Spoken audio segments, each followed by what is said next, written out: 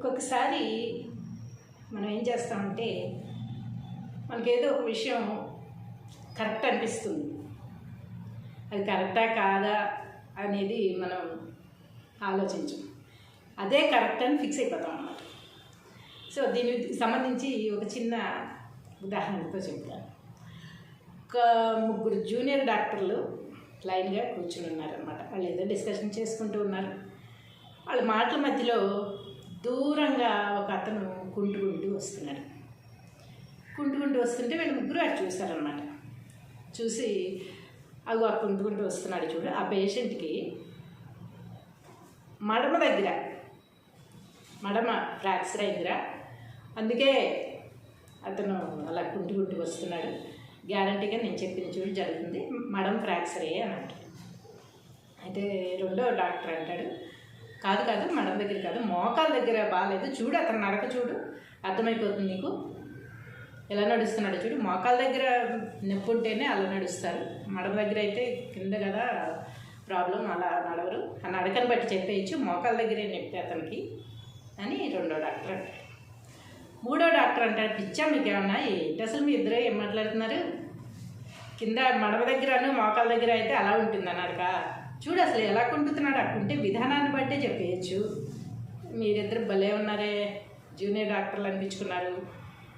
తుంటిలో పట్టింది ఆయనకి, తుంటిలో పట్టేసింది, తుంటిలో ఏదో దెబ్బ తగిలింది, అందుకు ఆయన నడక అలా ఉంది. తుంటిలో ఉన్న వాళ్ళకి మోకాలు నొప్పి ఉన్న వాళ్ళకి నడక కూడా తేడా తెలిపితే ఎందుకు మీరు ట్రైనింగ్లో అవుతున్నారు పెద్ద అని చెప్పి కొంచెం ఇంకా యాక్షన్ చేశాడు మూడో డాక్టర్. చేస్తే సరే ముగ్గురు సర్లే చూద్దాము, వస్తున్నాడు కదా మన దగ్గరికి వస్తాడు కదా, ఇక్కడికి వచ్చినప్పుడు అడుగుదాము అని అనుకుంటారనమాట. అనుకుంటే కొంచెంసేపటికి అతను కుంటుకుంటూ మొత్తానికి ఇటు దగ్గరికి వచ్చాడు. అంటే వీళ్ళ దగ్గరికి ఏం రావట్లేదు, వీళ్ళు డిస్కషన్ వేరే, అతను కలవాల్సిన అసలు అతను పేషెంటే కాదు, వేరే పేషెంట్ ఎవరి కోసం అతను వస్తూ ఉన్నాడు అఫ్కోర్స్ అనుకున్నాం.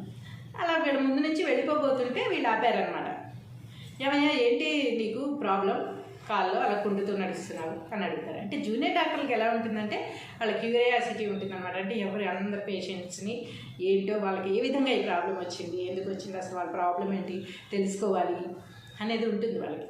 అందుకే చూడండి ఏదైనా చిన్న ఆపరేషన్ లాంటిది కానీ లేకపోతే చిన్న అబ్జర్వేషన్ చేసేటప్పుడు కూడా మొత్తం జూనియర్ డాక్టర్లు అందరూ వచ్చి చుట్టూ నిలబడిపోతారు. అంటే వాళ్ళు తెలుసుకోవాలి కదా, వాళ్ళు ఉన్నదే అందుకు కదా, అందుకని అలా చుట్టూ నుంచి వాళ్ళు అబ్జర్వేషన్ చేస్తూ ఉంటారు, పెద్ద డాక్టర్లు చెప్పి వింటూ ఉంటారు అన్నమాట. అలాగే వాళ్ళు నేర్చుకుంటూ ఉంటారు ప్రాక్టికల్గా.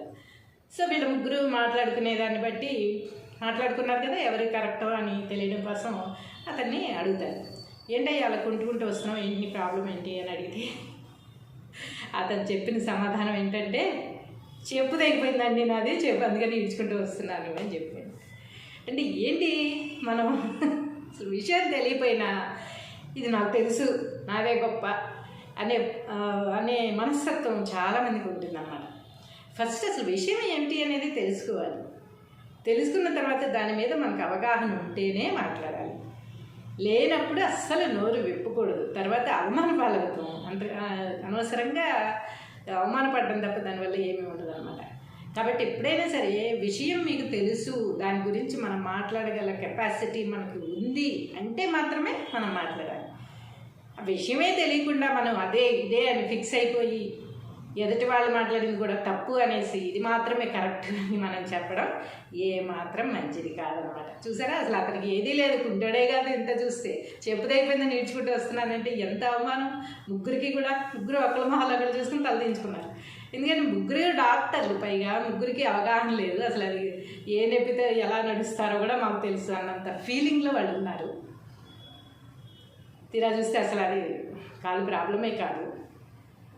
కాబట్టి తర్వాత వాళ్ళు ముగ్గురు అసలు ఇంకా ఏం మాట్లాడతారు, తలదించుకోవాల్సిన పరిస్థితి వస్తుందన్నమాట. కాబట్టి ఎప్పుడైనా సరే మనకి తెలిసిన విషయం మాత్రమే మాట్లాడాలి, కానీ తెలియనప్పుడు ఎప్పుడు కూడా నోరు విప్పకూడదు, సైలెంట్గా ఉండాలన్నమాట. ఎవరన్నా చెప్పేది వినాలే తప్ప మనం అందులో దూరకూడదు, మాట్లాడకూడదు తెలియని విషయం గురించి.